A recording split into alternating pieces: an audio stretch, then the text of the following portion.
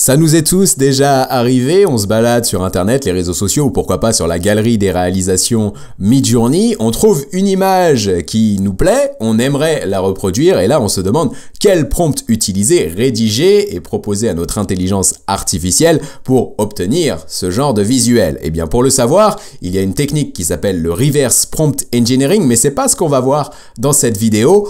Aujourd'hui, on va découvrir une nouvelle fonctionnalité sortie il y a quelques minutes à peine sur Midjourney et qui va vous permettre de télécharger une image et d'obtenir plusieurs prompts derrière pour pouvoir créer une image du même type. Je vous propose de découvrir directement la fonctionnalité pour ne pas perdre de temps. Cette fonctionnalité, eh bien, elle est très simple. Une fois que vous êtes connecté à Midjourney, vous allez faire slash et plutôt que de taper le imagine qu'on tape habituellement pour saisir un prompt et générer des images, eh bien là, vous allez faire slash et cliquer sur la fonctionnalité qui s'appelle Describe. À partir de là, vous allez avoir la possibilité de télécharger une image. Moi, je vais prendre une image qui a bien marché sur les réseaux sociaux dernièrement et ensuite, vous n'avez plus qu'à valider. Et là, Midjourney se met à réfléchir. Il va traduire l'image et il va nous proposer, comme vous le voyez à l'écran, des prompts pour pouvoir créer ce genre d'image. Donc je vais prendre un prompt qui me paraît intéressant, peut-être ce prompt qui a l'air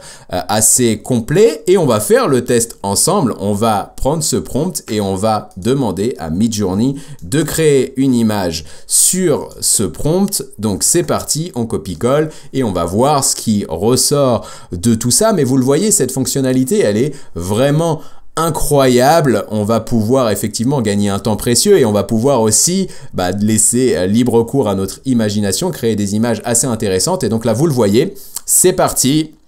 J'ai enclenché le prompt, hein, vous avez l'habitude sur Midjourney, c'est à base de pourcentage, on est à 31% et puis on va grimper ainsi jusqu'au 100% et au 100% on aura une image qui sera logiquement proche de celle qu'on a téléchargé ici. J'ai un petit doute parce qu'effectivement ici on parle de religious pope et on met pas le fait que ce soit le pape François, Pope Francis, donc du coup on a un pape mais finalement ça sera pas le pape François. Si on refait le test ici et que je refais imagine et que je modifie juste le prompt que m'a donné Midjourney en rajoutant ici Pope Francis, hop. Je pense effectivement que j'aurai de meilleurs résultats. On va pouvoir tester ça en live et regarder un petit peu ce qui se passe ensuite. Derrière, ce qu'on va faire, c'est qu'on va tester d'autres images. Donc j'ai prévu des images issues effectivement de l'intelligence artificielle, mais j'ai aussi prévu des images qui parle de faits historiques pour voir si, par exemple, Midjourney arrive à reconnaître le fait ou la personnalité qui est sur l'image, s'il arrive à reconnaître peut-être la date, etc. Voir un peu quelles informations il nous propose et du coup, effectivement, pouvoir derrière reproduire ce genre d'image, ce qui pourrait être intéressant. Donc là, vous voyez effectivement que le pape François, du coup, que la rédaction, que la création de l'image se fait ici. Le prompt est pas terrible, le résultat est pas terrible. Je vous propose d'en tester un autre. Voilà, Pope Francis ici, peut-être la possibilité numéro 3 et on va voir ce qui se passe derrière. Hop, c'est parti, on va lancer ça. Et derrière, ce que je vais vous proposer surtout, ça va être de tester un petit peu la fonctionnalité Describe avec d'autres photos pour voir un petit peu ce qu'il est possible de faire. Notamment, tout à l'heure, là, effectivement, en me baladant dans la galerie Midjourney, j'ai bien aimé cette photo de la Queen DJ. Là, je trouvais ça plutôt pas mal. Donc, on va essayer de demander à Midjourney de me créer, de me proposer 4 prompts sur cette image. Et on va essayer de reproduire des images dans le même style derrière. Donc là, on voit effectivement que la génération de l'image se fait. Ça va me permettre moi de vous donner un petit tips aussi pour obtenir effectivement de meilleurs résultats. Déjà, si vous êtes utilisateur premium de Midjourney, je vous recommande de mettre dans les paramètres la version 5 de Midjourney pour obtenir des résultats. Vous aurez de meilleures choses et ce qui est intéressant quand vous voulez reproduire une image d'une personnalité, eh bien c'est de mettre une mention qui va indiquer dans votre prompt que vous voulez vraiment un visage ultra détaillé, ultra conforme au pape François et vous aurez des résultats à ce niveau-là. Je vous propose d'enchaîner avec d'autres images pour qu'on puisse voir un petit peu ce qu'il est possible de faire. Donc là, je vous propose de prendre la DJ Queen qu'on a vue tout à l'heure et on va lui demander effectivement de nous proposer des prompts dans le même genre. On va voir un petit peu ce qui se passe ici. Ce qui serait intéressant aussi, c'est de prendre plutôt des images qui ne sont pas des célébrités, puisque c'est un peu plus difficile d'obtenir des images générées par l'intelligence artificielle quand on prend une vraie personne. Derrière, il faut vraiment avoir des prompts très détaillés là pour le coup pour obtenir un petit peu des choses, mais là vous le voyez effectivement, donc Queen Elizabeth to place DJ at a ball, etc. Ce prompt m'a l'air pas mal, le prompt numéro 2, donc je vous propose maintenant de le tester en live pour voir un petit peu ce qui se passe. On va regarder ici, et pendant ce temps-là, je vais essayer de trouver justement une image, bah voilà, cette image d'un cyberpunk, un carlin, c'est le même chien que ma mère, donc j'ai la race en tête, donc je vais l'enregistrer. Et derrière, on va pouvoir la tester. Je pense qu'on aura de meilleurs résultats justement avec ce genre d'image plutôt qu'avec des images de célébrités. Donc la Queen Elizabeth, est-ce qu'il va la reconnaître, etc. Ah, là, je pense qu'on va avoir un truc qui est plutôt pas mal. Là, je vois effectivement, en même temps que vous, je découvre l'image petit à petit avec les pourcentages qui s'affichent. J'ai l'impression que pour le coup, là, on va se retrouver vraiment avec la Queen Elizabeth et que ça va vraiment être dans un univers de DJ. Là, je vois des vinyles dans la main, etc. Donc là, je pense qu'on a un résultat plutôt pas mal. Donc, vous voyez, fonctionnalité vraiment puissante. Donc voilà, effectivement, les résultats avec les tons, les couleurs, etc. Donc, on n'est pas dans le réaliste. Je pense qu'il manque effectivement une indication dans le prompt qui dise qu'on veuille, qu'on veut une image qui soit réelle. Mais je vous propose du coup d'aller directement voir ce qu'on peut faire avec le carlin du futur. Donc on va prendre le chien juste ici. Cette image, elle est vraiment sympa, elle a l'air vraiment réaliste, bien détaillée. On va voir ce que Midjourney arrive à nous récupérer en termes de description et en termes de prompt derrière. Donc là, voilà, comme d'habitude, Midjourney est en train de réfléchir. Donc là, j'ai fait des tests quand même en amont de la vidéo. C'est vrai que la fonctionnalité, comme elle vient de sortir il y a quelques minutes, elle est vraiment très utilisée. Donc c'est possible que vous ayez des messages d'erreur. Pour l'instant, on n'en a pas. Tant mieux, mais c'est possible que ça arrive. Et donc derrière, je vais prendre un prompt qui m'a l'air pas mal. Je vais prendre celui-ci. Là, ça m'a l'air de bonne qualité. Je vois du 32K notamment. Donc je vais checker ça. Je vais faire le fameux Imagine, vous avez l'habitude, prendre le premier prompt donc proposé par Midjourney et on va voir l'image qui sort de là. On va pouvoir regarder si les détails et si l'environnement et si l'univers correspond bien à ce qu'on a pu avoir sur la photo. Et là, effectivement, vous le voyez, vous avez vraiment des possibilités qui s'offrent à vous. J'imagine que vous avez déjà des idées en tête d'images que vous pourriez reproduire ou peut-être des idées de process que vous pourriez intégrer dans votre communication sur les réseaux sociaux, etc. pour récupérer des images rapidement et pouvoir prévoir des publications rapidement. Donc là, on voit le résultat. On voit effectivement que ça commence quand même pas mal à se dessiner. On voit que l'univers va être respecté. On voit que la race du chien est vraiment respectée. Ouais, donc là, c'est vraiment top. C'est vraiment top. On a vraiment des résultats incroyables par rapport à ce qu'on vient de faire. Donc voilà, on a une image.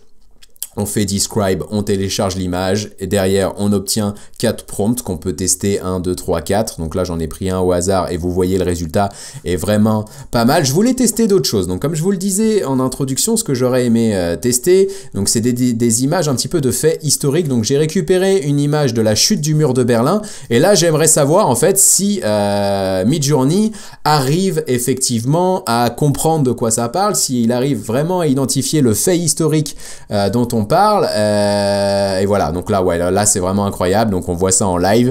Je découvre ça, j'avais pas vraiment testé et je voulais voir vraiment ce que ça donne. Donc là, on voit bien que ça parle du mur de Berlin, que c'est en 1987. La description effectivement derrière de ce qui se passe. Je vous propose effectivement de tester. Donc on voit que les dates finalement, parce que je découvre ça en live, donc j'essaye de réagir le plus vite possible, mais on voit que les dates finalement c'est pas terrible. 1979, 1970, même 1987 pour la chute du mur de Berlin, on n'y est pas exactement, mais bref, je vous propose de prendre effectivement cette image et on va voir ce que ça donne si on arrive à reproduire des images historiques. historique, ça peut être intéressant.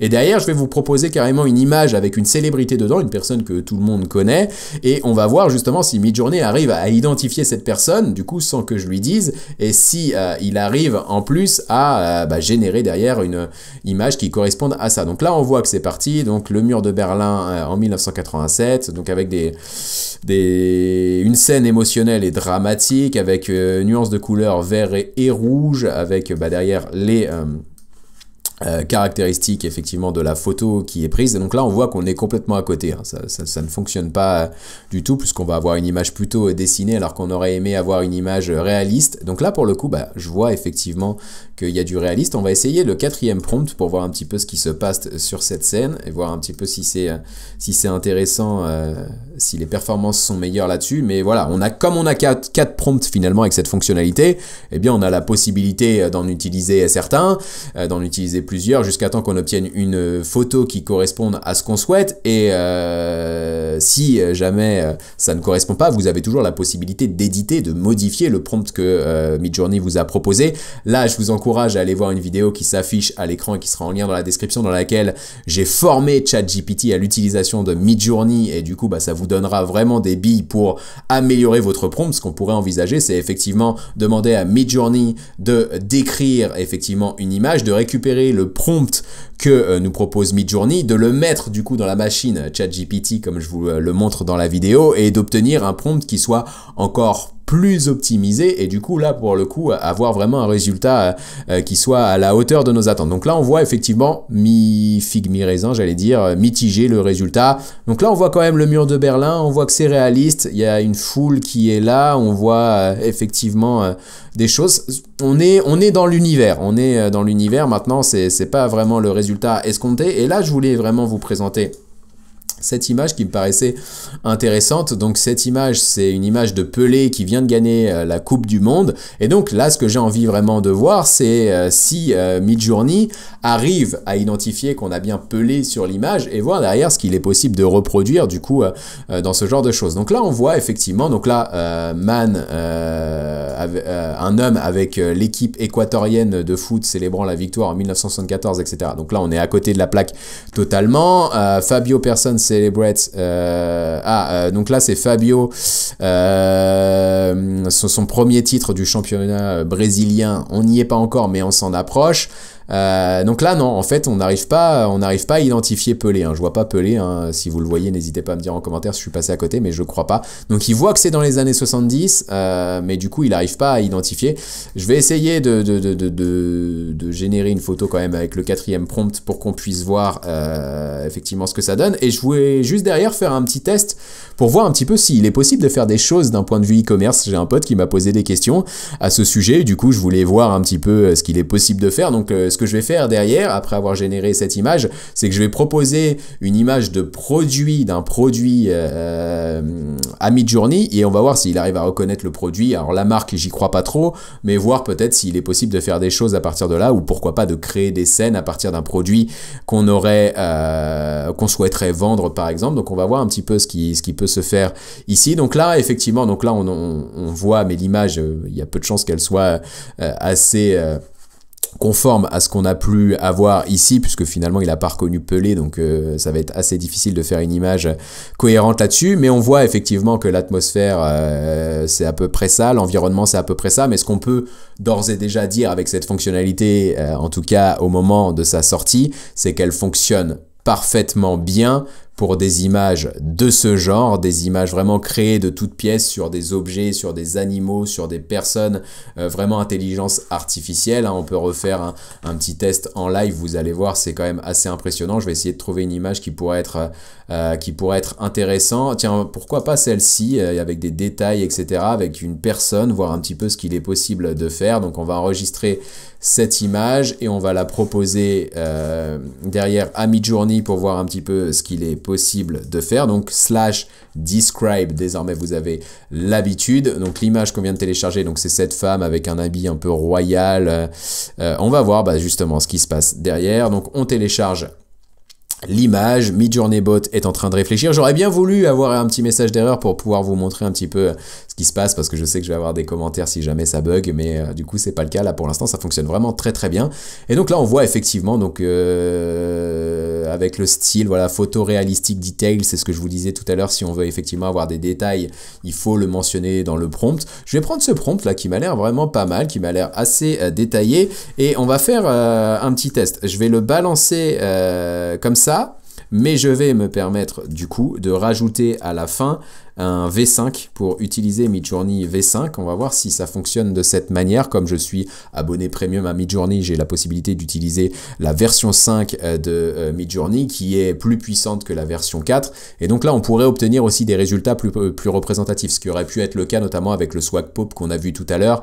Peut-être que si j'avais utilisé, ajouté à la fin de mon prompt la caractéristique V5, on aurait obtenu des résultats intéressants. Mais là, c'est parti. Donc effectivement, on souhaite une femme du monde de la fantasy, dans le style Dimitri Vishnevsky, avec du noir, du blanc, du cyan, photoréalistique detail, style Sultan Mohamed, inspiré par folklore Tania Shatseva, etc.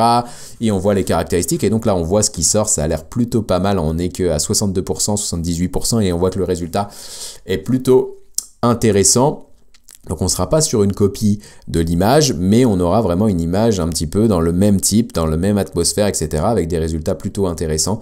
Donc là on va pouvoir regarder ça, et je vais même en upscale une pour qu'on puisse vraiment voir en détail l'image de qualité. Donc là on voit effectivement, hein, c'est plutôt cool, hein. Il y a vraiment des détails. J'aime bien la 2, j'aime bien la 3. On va peut-être prendre la 3 parce qu'il y a plus de détails, et en fait je vais l'upscale ici. Donc l'upscale ça veut dire l'agrandir, et donc on va partir d'ici, je vais upscale cette image, et comme ça on va pouvoir la voir vraiment en grand écran et regarder un petit peu les détails. Mais on se rapproche vraiment de ce qu'on a eu ici, hein, en termes de coiffe, en termes de vêtements, en termes de coiffure, en termes voilà, de visage, etc. Là c'est vraiment pas mal, c'est vraiment pas mal ce qu'on obtient. Et effectivement ouais, le résultat est assez impressionnant. Je pense vraiment, et je vous encourage à aller voir cette vidéo que je vous mets en description. Regardez la méthode que j'ai utilisée pour former ChatGPT à Midjourney. Je pense que d'utiliser la fonctionnalité Describe et ensuite de mettre le prompt dans votre machine ChatGPT et lui demander de l'automatiser, enfin de l'optimiser, pardonnez-moi, vous aurez des résultats vraiment fous. Donc là, ouvrir dans le navigateur web pour avoir vraiment la grande image.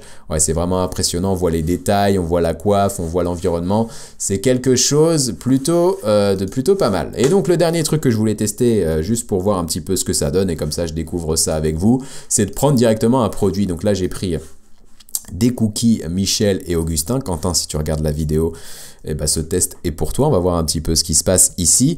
Et donc, on va voir d'ailleurs s'il est capable d'identifier ce que c'est, etc. Et s'il est possible de reproduire une image un petit peu dans le même genre ou pas. Donc là, on voit effectivement qu'il a réussi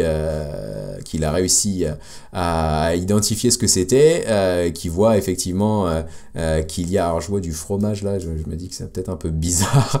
On va pouvoir en tester un. Je vous propose d'en tester un pour voir un petit peu ce que ça donne. On va prendre le troisième. On va le tester ici. Et comme tout à l'heure, on va mettre le V5 qui va bien pour utiliser Midjourney V5. Hop, V5, et c'est parti, on va tester ici. Évidemment, ce sera impossible de reproduire le sachet tel quel avec la marque Michel et Augustin, etc. C'est pas du tout mentionné dans l'image. Là, on voit qu'il a identifié ça comme une mise en scène de cartoon. Alors, c'est effectivement la charte graphique de Michel et Augustin, mais l'image, c'est vraiment l'image d'un produit. Mais c'est intéressant qu'il le présente comme ça. Et donc, on va voir ce qui se passe derrière, quel cookie il nous propose. Et je vois que j'ai pas encore pris mon café de la journée, et un petit cookie avec, ça serait plutôt pas mal. Donc ça risque de me donner faim. Donc là je vois une image, hein, j'ai l'impression que ça va être une tête dans un cookie, donc là on va être très très loin de l'atmosphère, mais en tout cas voilà, peut-être que ça peut vous donner des idées, vous qui regardez la vidéo, hein, n'hésitez pas à me dire en commentaire si vous avez des idées par rapport à cette nouvelle fonctionnalité, ce que vous comptez en faire, si vous voulez qu'on fasse des tests précis, spécifiques sur la chaîne pour voir justement ce qu'il est possible de faire. Et donc bah, ça peut être intéressant de donner une image aussi. Parce que là, on vient de voir surtout l'usage de dire bah, je veux reproduire une image dans le même genre, dans le même style, etc. Donc, je vais proposer cette image à Midjourney pour qu'il me donne une description. Mais ça peut être aussi intéressant de dire bah voilà, j'ai une image et j'aimerais la transformer dans un style peut-être cartoon ou dans un style bande dessinée ou peinture, etc. et pouvoir derrière faire des choses ici. Donc là on voit effectivement, donc on est très très loin, mais du coup ça peut donner des idées, ça peut dire bah tiens, tu pars d'un produit et derrière bah effectivement on peut en faire une scène, ça peut être intéressant. Et donc on voit des images ici qui sont très très loin de l'image qu'on a donnée, mais en tout cas il a bien capté que c'était du cookie et il a bien capté à peu près le style graphique de l'image. Voilà, c'était Ludo, j'espère que cette fonctionnalité vous a plu, n'hésitez pas à me dire en commentaire ce que vous souhaitez en faire, et puis bah moi je vous dis à très bientôt pour des astuces, des tutos. Je vous prépare vraiment pas mal de trucs là avec ChatGPT, notamment en termes de SEO, en termes de copywriting, en termes de formation. J'ai des vidéos qui arrivent très très prochainement sur la chaîne, donc n'hésitez pas à vous abonner pour ne pas les manquer, et puis moi ça m'aidera à faire connaître la chaîne. À très bientôt pour de nouvelles aventures sur l'intelligence artificielle. Ciao.